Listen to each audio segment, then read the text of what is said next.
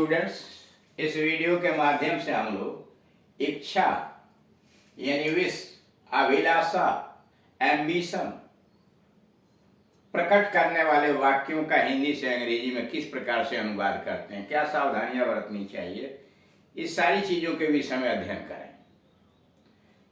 ऐसे वाक्यों से इच्छा या अभिलाषा, विश या एम्बिशन का भाव व्यक्त होता है। यानी ऐसे वाक्य होते हैं जिनके द्वारा इच्छा या अभिलाषा का भाव व्यक्त होता है।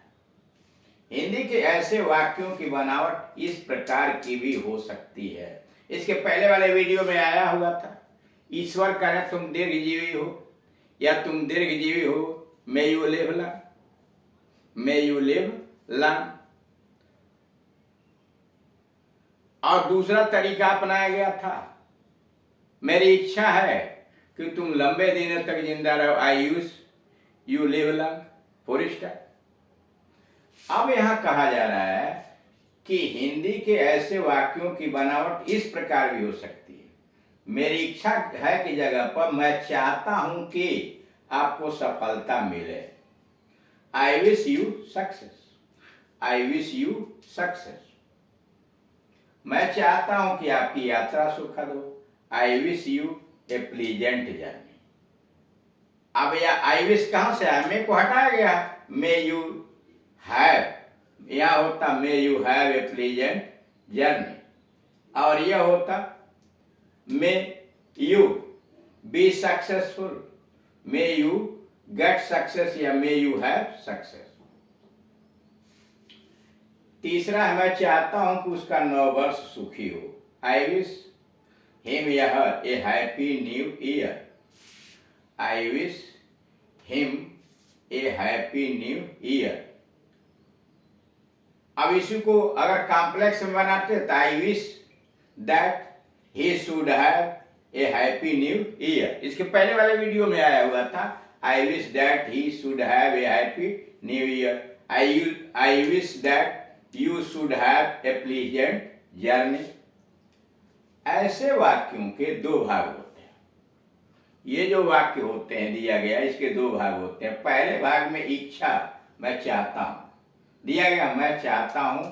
पहले भाग में कामना व्यक्त की जाती है, पहले भाग में इच्छा या कामना व्यक्त की जाती है, और दूसरे भाग में इच्छा कामना की व्याख्या की जाती है। कौन सा व्याख्या, कौन सा कामना, कौन सी इच्छा आप व्यक्त कर रहे हैं। जैसे मैं चाहता हूं कि उसका नववर्ष सुखी हो, यह है इच्छा। पहले भाग में इच्छा और कामना है, और दूसरे भाग में उस इच्छा की व्याख्या की गई है कि उसका नववर्ष सुखी हो, उसको विस्तृत किया के बताया गया। ये दोनों भाग की के द्वारा जोड़े गए हैं। जैसे मैं चाहता हूं उसका नववर्ष सुखी हो, की लगा के जोड़ दिया गया। मैं चाहता हूं आपकी यात्रा सुखमय सुखद हो, दोनों वाक्यों को एक वाक्य में जोड़ दिया गया, मैं चाहता हूं कि आपकी यात्रा सुखद हो। और उस ऑब्जेक्ट प्लस वर्ब बनाते कैसे हैं, सब्जेक्ट रखिए प्लस वर्ब विश रखिए। करा कि सब्जेक्ट रखिए और उसके बाद वर्ब विश रखिए। विश कामना करना, चाहना, इच्छा करना, और उसमें सब्जेक्ट आया, वर्ब विश रखा, और ऑब्जेक्ट यू, और फिर ऑब्जेक्ट, डबल ऑब्जेक्ट, एक इनडायरेक्ट ऑब्जेक्ट और दूसरा डायरेक्ट ऑब्जेक्ट। जैसे I wish him indirect object है, a happy new year direct object. मैं चाहता हूं, किसको, किसे, किसको या किसे के उत्तर में जो आएगा वही डायरेक्ट ऑब्जेक्ट होगा, और क्या के उत्तर में जो आएगा वो डायरेक्ट ऑब्जेक्ट होगा। जैसे a new year, I wish you success, मैं चाहता हूं, क्या चाहते हैं, सक्सेस, डायरेक्ट ऑब्जेक्ट। किसको चाहते हैं, यू, तुमको, इनडायरेक्ट ऑब्जेक्ट।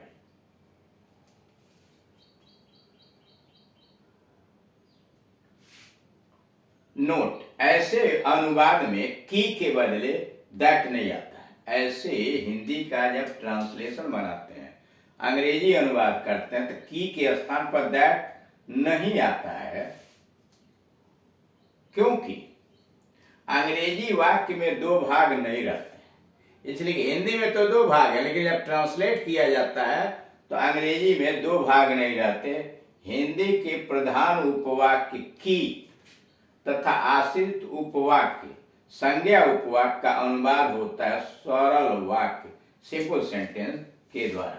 मतलब जो कॉम्प्लेक्स में यह सेंटेंस दिया गया है, मिश्रित वाक्य दिया गया है, इसको सिंपल सेंटेंस में बदल करके ट्रांसलेशन करते हैं। यह कहना चाहता है कि अंग्रेजी में दो भाग नहीं होते हैं। मतलब ऐसे अनुवाद में की के बदले दैट नहीं आता है, क्योंकि अंग्रेजी वाक्य में दो भाग नहीं रहते हैं। हिंदी के प्रधान उपवाक्य की यानी मैं चाहता हूं और आश्रित उपवाक्य उसका नौबर सुखी हो संज्ञा उपवाक्य का अनुवाद होता है सरल वाक्य सिंपल सेंटेंस के द्वारा। इस प्रकार के वाक्यों का अनुवाद कॉम्प्लेक्स सेंटेंस के द्वारा करना अच्छा नहीं माना जाता है। यानी ऐसे वाक्यों का ट्रांसलेशन कॉम्प्लेक्स सेंटेंस में करना अच्छा नहीं माना जाता है। इसलिए अनुवाद इस प्रकार ना करें, आई wish that you get success, यह गलत माना जाता है। आई wish that you get success यह अच्छा नहीं माना जाता है। मॉडर्न इंग्लिश में इसे ठीक नहीं समझा गया। और दूसरा आई wish that you have a pleasant journey, देख रहे हैं क्रॉस किया गया है, यानी ऐसा आप न लिखें। अब अगला पैटर्न देखिए, मैं चाहता हूं कि वह किताब लिखे। I wish him to write a book, I wish him to write a book. मैं चाहता हूं कि वह किताब लिखे। I wish him to write a book. वह चाहता है कि मैं शीघ्र लौटूं। He wants me to return soon, he wants me to return soon. मैं चाहता हूं वह डॉक्टर हो या डॉक्टर बने। I wish him to be a doctor, I wish him to be a doctor. माँ चाहती है कि मैं घर पर रहूं। Mother wants to be indoors, mother wants to be indoors. ऐसे वाक्यों के दो भाग और ये की के द्वारा जुड़े रहते हैं। कर ऐसे वाक्यों में भी आप देख रहे हैं दो भाग है, यानी यह हिंदी का वाक्य दो उपवाक्यों से मिलकर के बना हुआ है और की के द्वारा जुड़े हुए हैं। एक भाग है मैं चाहता हूं और दूसरा भाग है वह डॉक्टर बने। यहाँ की छिपा दिया गया। यहाँ देखिए मैं चाहता हूं वह किताब लिखे, की से जोड़ दिया गया, यानी दोनों भागों को की से जोड़ के कॉम्प्लेक्स बना दिया गया। एक भाग से इच्छा का बोध होता है और दूसरे भाग से इच्छानुकूल कार्य का। कर पहले भाग से इच्छा व्यक्त की जाती है और दूसरे भाग से इच्छानुकूल कार्य का, यानी क्या चाहते हैं या इच्छा जाहिर किया और या इच्छा की व्याख्या कर दीजिए। रूल्स बनेगा कैसे, सब्जेक्ट लिखिए, वर्ब विश, सब्जेक्ट और वर्ब क्रिया की जगह पर विश या वांट, और उसके बाद ऑब्जेक्ट प्लस इन्फिनिटिव। यह सब्जेक्ट हुआ, वश हुआ, ऑब्जेक्ट हुआ और उसके बाद इन्फिनिटिव अदर वर्ड्स, इन्फिनिटी के बाद अदर वर्ड्स। नोट नंबर 1, ऐसे अनुवाद में की के बदले दैट नहीं आता है। ऐसे अनुवाद में की के बदले दैट नहीं आता, क्योंकि हिंदी के दोनों भागों का अनुवाद सरल सिंपल सेंटेंस में होता है।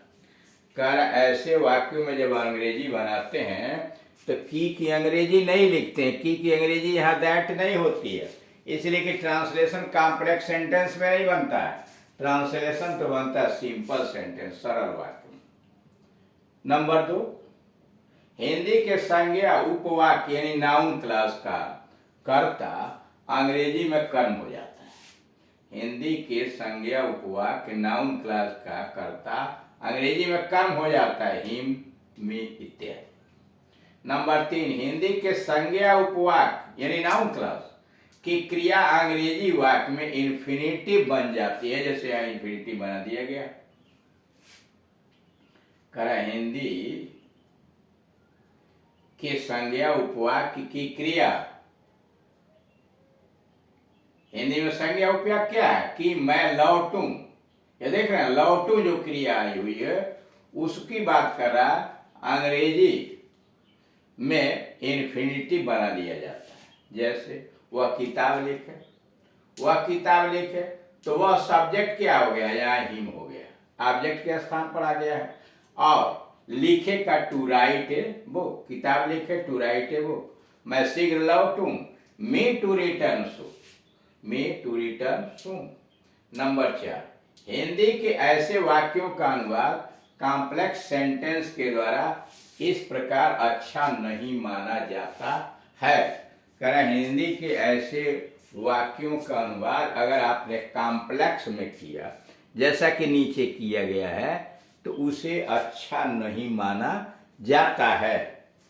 मैं चाहता हूं कि वह एक किताब लिखे। I wish that he should write a letter, I wish that he should write a letter. इसे अच्छा नहीं माना जाता है, ट्रांसलेशन तो है लेकिन अच्छा नहीं माना जाता है।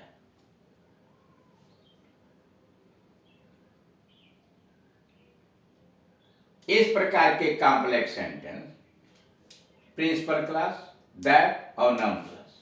पीसी का मतलब प्रिंसिपल क्लास, दैट हो गया कंजंक्शन, एनसी का मतलब नाउन क्लास को सिंपल सेंटेंस में बदल दें। कहा जो हिंदी में कॉम्प्लेक्स सेंटेंस दिया गया है उसको आप सिंपल सेंटेंस में बदल दीजिए। और इसको बदलने का तरीका है ऑब्जेक्ट लिख दीजिए और इन्फिनिटिव लिख दीजिए, ऑब्जेक्ट और इन्फिनिटिव। जैसे यहां लिखा है आई wish that he should write a book, तब ही को क्या है मी कर दीजिए, दैट हटाइए। आई विश हिम सब्जेक्ट है यहाँ ना, उसको ऑब्जेक्ट बनाइए, आई विश हिम, और इसको इन्फिनिटी में बदल दीजिए टू राइट ए बुक। यह कहना चाहता है ऑब्जेक्ट प्लस इन्फिनिटी। जैसे that I should return soon, that I should return soon, तो आई बदल गया मी हो गया, और to return soon. That he should write a book, तो हिम हो गया to write a book, to write a book. तो इस प्रकार से आप देख रहे हैं कि इच्छा या अभिलाषा सूचक वाक्यों का जो हिंदी में विभिन्न प्रकार से व्यक्त करते हैं, किस प्रकार से बड़े आसानी से हिंदी में अंग्रेजी में ट्रांसलेट कर दिया जा रहा है। बाकी चीजें इसके बाद वाले वीडियोस के अंतर्गत समझाई जाएंगे।